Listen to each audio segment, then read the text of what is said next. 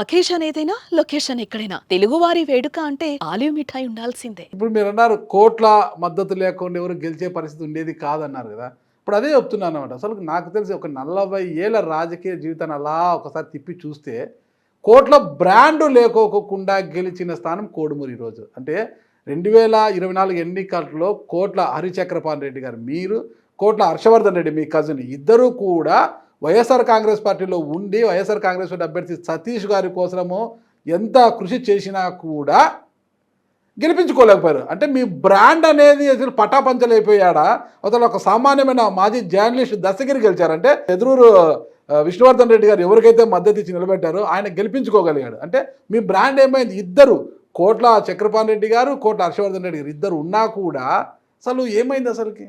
కోడుమూరులో నేనేం ఒక గంట కూడా పని చేయలేదన్న. ఓకే, చేయలేదు, మొన్న ఒక గంట కూడా పని చేయలేదు వైఎస్ఆర్ పార్టీకి.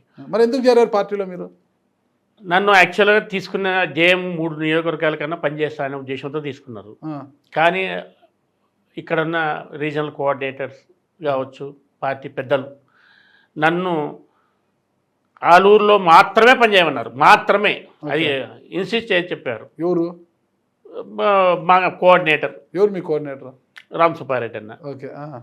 తర్వాత సజ్జల రామకృష్ణ అన్న కూడా అతను చెప్పాడు. ఓకే. రామ్ సుబ్బారెడ్డి ఏం చెప్తే అదే చేయన్నాడు. అంతే. నేను కోడుమూరులో నేను పని చేస్తానని కూడా నేను చెప్పినాను. సజ్జల రామకృష్ణరావు గారు ఏం చెప్తారో అది రామ్ సుబ్బారెడ్డి గారు చేస్తారు. రామ్ సుబ్బారెడ్డి గారు ఏం చెప్తారో అది మీరు చేయాల. అంతే. నేను నాకు కొత్త అనుభవం ఇవి. ఎందుకంటే నేను విస్తృతమైన రాజకీయాలు చేసిన వ్యక్తి. నేను నాకు ఒక్క చోట అప్పచెప్తే నా పరిధి ఎక్కడ, ఆలగడ్డ నియోజకవర్గం నాకు సంబంధం లేకపోయినా ఆలగడ్డలో 50 ఓట్లు వస్తాయంటే ఆడ కూడా పోయి ఒక గంట పోయి పని చేసి వచ్చేవాడిని. కానీ ఇప్పుడు ఈసారి నేను ఎప్పుడు వినని, నేను అనుభవించిన రాజకీయం చేసినాను. ఈ పరిధిని మాత్రమే నువ్వు పనిచేయాలా, దాంతకు మించి పని చేయకూడదు. సార్ నాకు అర్థం కాలేదు. 2014 ఎన్నికల్లో మీరు వైఎస్ఆర్ కాంగ్రెస్ పార్టీ అభ్యర్థి పత్తికొండ నుంచి పోటీ చేసి ఓడిపోయిన తర్వాత బయటికి వెళ్ళిపోయారు, పార్టీలో లేరు మీరు. లేను. మరి 2019లో కూడా ఇక రాజకీయాలకు పూర్తిగా దూరంగా ఉండిపోయినారు. అదే ఎలక్షన్ వరకు మాత్రం కొద్దిగా వేరే పార్టీ నుంచి ట్రై చేసి విఫలమయ్యారు. ఓకే. 2019లో వైఎస్ఆర్ కాంగ్రెస్ అధికారంలోకి వచ్చిన తరువాత కొంతకాలానికి జగన్మోహన్ రెడ్డి గారు మీకు ఎమ్మెల్సీ ఇస్తానని ఆఫర్ ఇచ్చినా కూడా ఆ పార్టీలోకి వెళ్ళలేదు మీరు. గవర్నమెంట్ వచ్చినా కాదు, గవర్నమెంట్ రాకముందు. ఓకే, అప్పటికీ వెళ్ళలేదు మీరు. 2019లో పార్టీ వచ్చిన వెంటనే కూడా వెళ్ళలేదు. అసలు 2024 ఎన్నికలకు ముందు మీకు టీడీపీ నుంచి ఎదురూరు విష్ణువర్ధన్ రెడ్డి గారు వచ్చి మద్దతు ఇవ్వమని, పార్టీ వైపుకు రామని పిలిచినా వెళ్ళని మీరు ఉన్న ఫలంగా ఉన్నటువంటి ఎన్నికలకు నెల రోజుల ముందు వైఎస్ఆర్ కాంగ్రెస్ పార్టీ కంటే తిరిగి ఎందుకు కప్పుకున్నారు? చేదు అనుభవాలు ఉన్నాయి ఆల్రెడీ మీకు ఆ పార్టీలో తెలుసు. అంటే మళ్ళా ఖచ్చితంగా వైఎస్ఆర్ కాంగ్రెస్ పార్టీ అధికారంలోకి వస్తుంది, ఏదో ఒక పదవి పడేస్తే చేసుకోవచ్చు అనుకుని ఆశతో వెళ్ళారా? లేదు. గవర్నమెంట్ రాదనేది తెలుసు. రాదని తెలుసా? రాదని తెలుసు. రాదని తెలిసినా వెళ్ళారా? వైఎస్ఆర్ పార్టీ రాదని తెలుసు. ఎందుకంటే ప్రజలలో కొంత వ్యతిరేకత ఉంది అనేది నాకు తెలుసు. కాకపోతే అది ఆ రోజు నేను బహిరంగంగా చెప్పలేను కదా. నేను ప్రచారంలో కూడా మళ్ళీ వైఎస్ఆర్ పార్టీ అనే వస్తుందని ప్రచారం చేశాను. వెర్రోళ్ళ అంటే తిక్కోళ్ళ నాకు అర్థం కావడం లేదు. నేను పవర్ కోసం, డబ్బుల కోసం 2004లో పవర్ వస్తుందని తెలిసినా వదినకి బీఫామ్ ఇచ్చేశారు.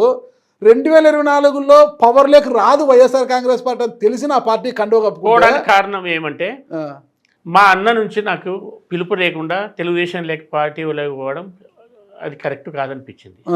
ఆల్రెడీ అన్న సీనియర్ మెంబర్గా ఉన్నాడు. నాకు యాక్చువల్గా రాబిన్ శర్మ టీం నుంచి నాకు పిలుపు వచ్చింది. TDP robin Sharma team head అతను నాకు పర్సనల్గా కలిసి పొలిటికల్ స్ట్రాటజిస్ట్ అండి. పొలిటికల్ స్ట్రాటజిస్ట్ ఫోన్లో మాట్లాడిన తర్వాత పర్సనల్గా 2 సార్లు నాతో కలిసినాడు. కలిసి మీరు పార్టీలోకి రండి అంటే నాకు టికెట్ అకామిడేషన్ చేస్తేనే వస్తాను, లేకపోతే కానీ రానంటే లేదు సార్ మీకు పై స్థాయిలో నేను మాట్లాడతాను అని చెప్పినాడు. తర్వాత గురురాజా అని డాక్టర్ గురురాజా ఎన్ఆర్ఐ ఉన్నాడు. ఆయన ద్వారా మొత్తం ఆయనే చూసుకున్నారు. వీళ్ళు ఎందుకంటే వీళ్ళు స్ట్రాటజిస్టులు మళ్ళీ తర్వాత ఎలక్షన్ పోలింగ్ అయిపోయిన తర్వాత కనపడరనే ఉద్దేశంతో వేరే ఒక మిత్రుడు ఇట్లా వద్దు, మీరు నిజంగా టీడీపీలోకి వాళ్ళు పిలుస్తున్నారంటే ఇక్కడ వీళ్ళ స్ట్రాటజిస్ట్ నుంచి కాకుండా అక్కడి నుంచి వస్తే బాగుంటుందేమో అని గుర్రాజా గారిని కలపడం జరిగింది. ఆయన నామినేటెడ్ పదవి అయితే నేను చేస్తాను, మీరు రండి అని అయితే చెప్పినారు. చేస్తామని చెప్పిన తర్వాత ఈ లోకేష్ బాబుని చంద్రబాబు నాయుడుతో కన్ఫర్మేషన్ చేసి మీకు సరైన స్థానం దక్కితేట్లయితే నేను చెప్తానని చెప్పడం జరిగింది. మార్చి ఆఖరి వరకు కూడా ఆయన టైం డ్రాగన్ చేసుకుంటూ వచ్చాడు. లోకేష్ బాబుతోనే మాట్లాడుతాను. తర్వాత ఇంకా టైం డ్రాగన్ అయిపోతుంది. ఎలక్షన్స్ దగ్గరకు వస్తున్నాయి. ఏప్రిల్ 4వ తేదీ రామ్ సుబ్బారెడ్డి గారు పిలిచినారు. సజ్జల రామకృష్ణ పిలుస్తున్నారు రండి అని. పోయినాను. 5వ తేదీ పోయినాను, ఆయనతో మాట్లాడాను. 12వ తేదీ జాయిన్ అయినాను. ఎలా నమ్మారు? అప్పటికే పార్టీలోకి రానన్నా బొజ్జమ్మని అంటే వెంకటప్పనాయుడు గారి కుమార్తె బొజ్జమ్మని తీసుకెళ్ళి మోసం చేశారు. అంటే టికెట్ నీకే ఇస్తామని నమ్మించి లాస్ట్లో అడ్డంగా గొంతుకు వచ్చేసారు.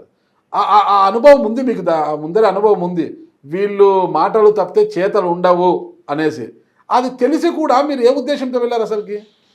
అంటే వాళ్ళు, నేను మొదట్లో 2010 నుంచి పార్టీలో పనిచేస్తున్నాను కాబట్టి 14 వరకు ఆ గౌరవాన్ని నీకు తిరిగి ఇస్తాం, నువ్వు పార్టీ నుంచి ఎంత నష్టపడేది మాకు తెలుసు అని చెప్పినారు.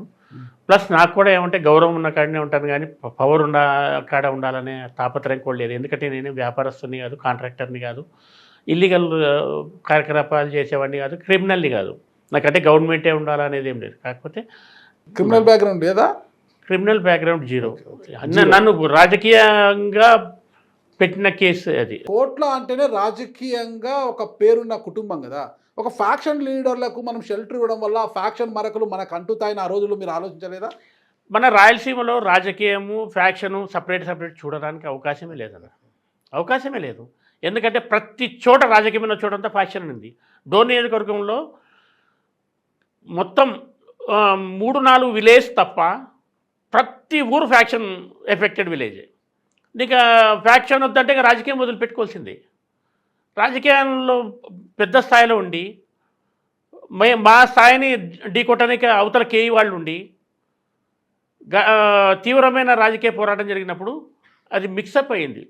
దీంట్లో వాళ్ళు ఎంకరేజ్ చేశారా మేము ఎంకరేజ్ చేసినారా అని కాదు. ఈ ఫ్యాక్షన్ ఎంకరేజ్ చేసే తత్వం ఏ రాజకీయ నాయకులకు సాధారణంగా ఉండదు. ఫ్యాక్షన్ బ్యాక్గ్రౌండ్ నుంచి వచ్చిన రాజకీయ నాయకులు అయితే ఉంటుంది. ఇట్లా మా వరకైతే వాళ్ళ గురించి నేను మాట్లాడాల్సిన అవసరం లేదు, కానీ అవతల కుటుంబం గురించి, మా కోట్ల కుటుంబం మొదటి నుంచి కూడా ఫ్యాక్షన్ బ్యాక్గ్రౌండ్ నుంచి వచ్చిన కుటుంబం కాదు, రాజకీయంగా ఎదిగిన కుటుంబం. ఫ్యాక్షన్ బాధితులకు షెల్టర్ అయితే ఇచ్చింది, ప్రోత్సహించారు, వెనకుండా అయితే నడిపారు. ప్రోత్సహించలేదు. బాధితులకి మేము షెల్టర్ ఇచ్చినాం. ఎప్పటికీ ఒప్పుకుంటాను, మళ్ళీ కూడా ఒప్పుకుంటాను. గతంలో కేఈ కుటుంబం కోట్ల కుటుంబం అంటే ఉప్పు నిప్పు అనే వాళ్ళు. అసలుకి 2 కుటుంబాల మధ్య ఎంతో మంది చనిపోయారు అనేది అందరికీ. ఆ 2 కుటుంబాలు మళ్ళా వాళ్ళిద్దరు బాయి అనుకున్నారు. కానీ కత్తులు దూసుకున్న వర్గీయులు మాత్రము వాళ్ళ మనోభావాలు ఎలా ఉంటాయి, మన కోసం ఎంతో మంది ఇదయ్యారు కదా అని ఒక్కసారి ఆలోచించిందా మీ కుటుంబం కానీ వాళ్ళ కుటుంబం కానీ? వాళ్ళు కలిపేటప్పుడు ఖచ్చితంగా ఆలోచించి ఉండాల్సిన మాట. వాళ్ళు కూడా ఆలోచించాల్సింది అలా. ఇప్పుడు ప్రకాశన్న విధిలేని పరిస్థితుల్లో ఇంకా వైఎస్ఆర్ పార్టీలోకి రాలేక తెలుగుదేశం లేక పోవాలనుకున్నప్పుడు కేఈ వాళ్ళతో మిళితమై పోకుండా ఉండింటే బాగుండేది. ఎందుకంటే కేఈ వాళ్ళ ద్వారా మా ద్వారా వాళ్ళు ఎంతమంది అయినారో మాకు సంబంధం లేదు. కేఈ వాళ్ళ ద్వారా కొన్ని వేల కుటుంబాలు మా వర్గంలో బాధితులైనారు కాబట్టి వాళ్ళని దృష్టిలో పెట్టుకొని అందరిని ఆలోచన చేసి ప్రకాశన నిర్ణయం తీసుకుంటే బాగుండేది. అందుకనే ఆయన ఆ కలయికని ఏ వర్గీయులు కూడా ఒప్పుకోలేదు. మా ఒకే మీదకి నుంచి ప్రసంగాలు ఇవ్వడము, అసలు ఒకే మీదగా నిలబడడం కూడా అసలు చాలా మంది పూర్తిగా జుగుప్సాకరమైన విషయంగానే కార్యకర్తలు భావించినారు. ఆ రోజు 2014లో వాళ్ళు కలిసి మీటింగ్ పెట్టినప్పుడు ఎవరికి రుచించడం లేదు, అది ఎవరికి కూడా ఇష్టం లేని విషయం. మేము కూడా అందుకే ఆ బేస్ రాజకీయాలు నడిపినాం కాబట్టి మేము ఇప్పుడు కూడా నేను బహిరంగంగా ఎవరితో కలవను. నేను సుమన్ టీవీలో మీ పర్సనల్ అండ్ బిజినెస్ ప్రమోషన్స్ కోసం కింది నెంబర్కి కాంటాక్ట్ చేయండి.